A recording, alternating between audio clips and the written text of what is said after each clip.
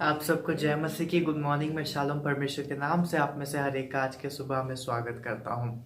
मैं आपको बताना चाहता हूं कि एज अ क्रिसमस गिफ्ट हम लोग कैलेंडर सबको एज अ फ्री गिफ्ट देना चाहते हैं क्रिसमस के लिए। तो उसके लिए आपको कुछ नहीं करना है, अपना एड्रेस हमें ईमेल करना है, उसके साथ साथ इस चैनल को सब्सक्राइब करना है, क्योंकि जितने भी हमारे सब्सक्राइबर्स हैं केवल और केवल उन्हीं के लिए एक गिफ्ट फ्री है। तो अगर आप भी चाहते हैं कि आपको भी एक गिफ्ट मिले तो आप हमारे चैनल को सब्सक्राइब करें। आइए हम लोग परमेश्वर के वचन में से एक पद पढ़ेंगे। Ephesians 2:8-9 For it is by grace you have been saved through faith, and this is not from yourself, it is the gift of God, not by works, so that no one can be boast. परमेश्वर का धन्यवाद देंगे इस वचन के लिए। आज के दिन में परमेश्वर हमको बताना चाहता है, जैसा कि हम जानते हैं कि क्रिसमस सीजन आ रहा है और हम गिफ्ट की बहुत सारी बातें करते हैं। तो इसमें कहते हैं जो अनंत काल का जीवन है वो हमें केवल और केवल परमेश्वर के अनुग्रह से मिला है, ना कहीं हमारे अच्छे काम, ना हमने ऐसा कुछ किया उस जीवन को पाने के लिए। परमेश्वर का वचन कहता है और ये सब इसलिए हुआ कि केवल परमेश्वर की महिमा हो सके, ना केवल हमारी, क्योंकि हमने ऐसा कुछ भी नहीं किया था। हम तो हमेशा पापी थे, पर परमेश्वर ने हम पे अनुग्रह किया और अगर हम उस पर विश्वास करते हैं तो वो हमें अनंत काल का जीवन एज अ फ्री गिफ्ट देता है। तो आइए हम लोग आगे बढ़ेंगे, सुनेंगे गीत को और उसके बाद बढ़ेंगे हमारे मेन मैसेज में।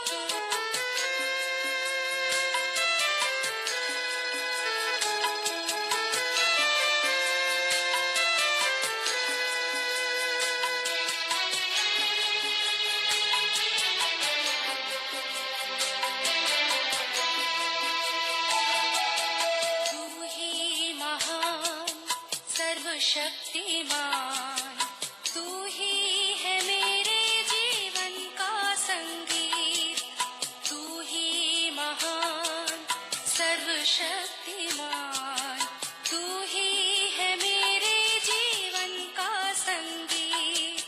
हृदय के तार छेड़े झनकार, हृदय के तार छेड़े झनकार, तेरी आराधना है मधुर गीत।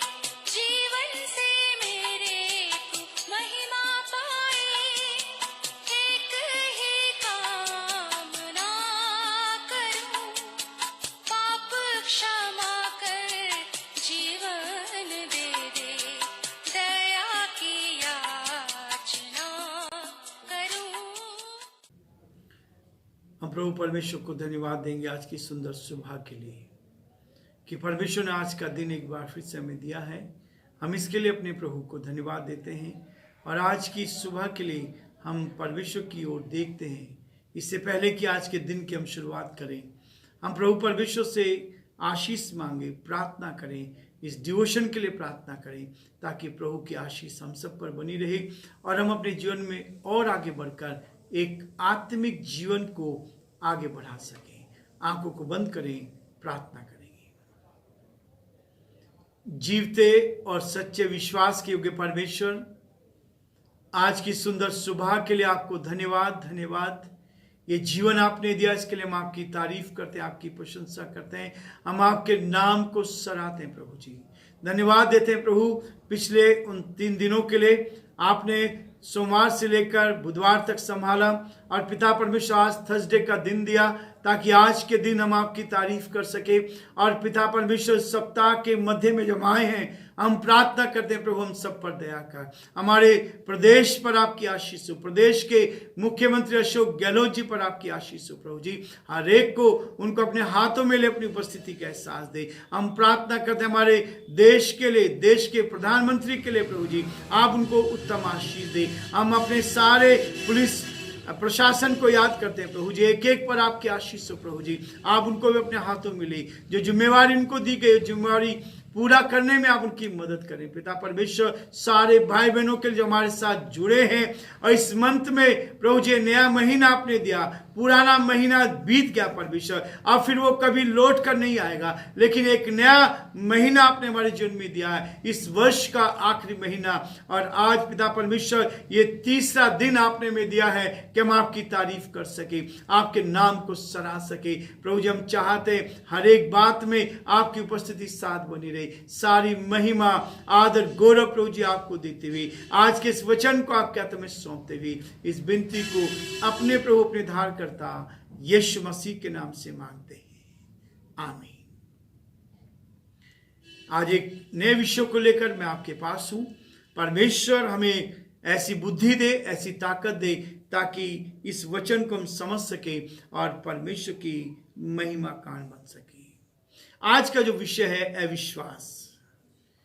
अविश्वास बहुत ही साधारण चीज है, विश्वास करना। यीशु ने कहा यदि आप मुझ पर विश्वास करोगे तो जो चाहो मांगो तुम्हारे लिए हो जाएगा। दो व्यक्ति एक मन के हो जाएं, एक दूसरे पर विश्वास करें तो जो चाहो वो हो जाएगा। इसलिए प्रभु कहता है, यीशु मसीह ने इस बात को कहा है यूहन्ना उसका 16वां अध्याय में, यूहन्ना रचित समाचार उसका 16वां अध्याय और उसके 8, 9 और 10 और 11 पद को मैं आपके सामने पढ़ूंगा। 8 से लेकर 11 पद तक यहां लिखा है, वह आकर संसार को पाप और धार्मिकता और न्याय के विषय में निरुत्तर करेगा। पाप के विषय में इसलिए कि वे मुझ पर विश्वास नहीं करते हैं, और धार्मिकता के विषय में इसलिए कि मैं पिता के पास जाता हूं, तुम मुझे फिर ना देखोगे। न्याय के विषय में इसलिए कि संसार का सरदार दोषी ठहराया गया है। परमेश्वर अपने इस वचन के पढ़े और सुने जाने पर आशीष दे। ये परमेश्वर का जीवित वचन है। और प्रभु यीशु मसीह कहता है 11वें पद में कि न्याय के विषय में इसलिए कि संसार का जो सरदार है वो दोषी ठहराया गया है। आज संसार के लोग उस चीज पर विश्वास करते हैं, गलत चीजों पर विश्वास करते हैं, शैतान की बातों पर विश्वास करते हैं, लेकिन यीशु मसीह पर अविश्वास करते हैं। विश्वास क्या है? पाप है। अविश्वास जो है ये पाप है। यदि आप अविश्वास कर रहे हैं, किसी भी चीज पर विश्वास रखते हैं, तो ये पाप गिना जाता है। इसलिए यीशु मसीह ने इस बात को कहा कि पाप के विषय में इसलिए कि वे मुझ पर विश्वास नहीं करते हैं, वे मुझ पर विश्वास नहीं करते हैं। यीशु मसीह आज भी जीवित है। यीशु मसीह ने इस पृथ्वी पर आकर मेरे और आपके लिए अपने आप को दे दिया। कोई मनुष्य ऐसा नहीं हुआ, कोई ऐसा महापुरुष नहीं हुआ जिसने मनुष्य के पापों के कारण अपने आप को बलिदान कर दिया हो। केवल यीशु मसीह ने मेरे और आपके पापों के कारण बलिदान कर दिया, और जो उस पर विश्वास नहीं करता वो पाप करता है, वो पाप करता है। और इसलिए प्रभु इस बात को और स्पष्ट करना चाहता है ताकि हम इस पर विश्वास करते हुए जीवन को और अधिक उन्नति की ओर लेते चले जाएं, आगे बढ़ते जाएं, और परमेश्वर के उस गहरे प्रेम को अपने साथ हम महसूस कर सके, ताकि प्रभु को महिमा मिले और परमेश्वर का नाम ऊंचा किया जाए। जीवन एक ऐसा जीवन है जो वास्तव में जब आप विश्वास करते हैं, जब आप प्रभु के साथ आकर अपने जीवन में विश्वास लेकर आते हैं, तब प्रभु कहता है कि मैं तुम्हें आनंद दूंगा, मैं तुम्हें खुशी दूंगा, मैं तुम्हें शांति दूंगा, मैं तुम्हारे साथ रहूंगा, मैं तुम्हारी रक्षा करता रहूंगा। और इसलिए परमेश्वर मुझे और आपको इस बात के लिए, जीवन में आगे बढ़ाने के लिए इस बात को कहता है। हमारा परमेश्वर हमारे साथ साथ चलता है, वो हमारी मदद करता है। वो कहता है इससे अशुद्धता दूर नहीं की जा सकती। अविश्वास जब हम करते हैं, इससे अशुद्धता दूर नहीं की जा सकती है। ये अशुद्धता जीवन में आती है, पाप आता है। ये अविश्वास करने से पाप गिना जाता है, और अविश्वास करने से अशुद्धता जो हमारे जीवन में पाई जाती है वो दूर नहीं की जा सकती। इसलिए तीतुस उसका पहला अध्याय उसके 15 पद को दी हम पढ़ेंगे तो वहां लिखता है, शुद्ध लोगों के लिए सब वस्तुएं शुद्ध है। जो शुद्धता का, पवित्रता का जीवन जीते हैं, शुद्ध लोगों के लिए सब वस्तुएं शुद्ध है, पर अशुद्ध और अविश्वासियों के लिए कुछ भी शुद्ध नहीं है, वरन उनकी बुद्धि और विवेक दोनों अशुद्ध हो गए हैं। उनकी बुद्धि और विवेक दोनों अशुद्ध हो गए हैं। प्रिय मित्रों, आज की सुबह इस डिवोशन में मैं आपको इस बात के लिए बताना चाहूंगा, ये परमेश्वर का जीवित वचन है जो आपको क्या करता है, शुद्ध करता है, आपको पवित्र करता है। जो इस पर विश्वास करते हैं उनका जीवन पवित्र होता है। जो इस पर विश्वास करते हैं उनका जीवन आगे बढ़ता है, उनका जीवन आगे बढ़ता है। इसलिए प्रभु कहता है, और अविश्वासियों के लिए कुछ भी शुद्ध नहीं है। जो अविश्वास नहीं करते वो अशुद्धता का जीवन जीते हैं, वो पाप में जीवन जीते हैं। परमेश्वर इस बात को कहता है, और उसके साथ वरन उनकी बुद्धि और विवेक दोनों अशुद्ध हैं। शुद्धता लेकर आनी है। परमेश्वर हमारे जीवन को शुद्ध करना चाहता है।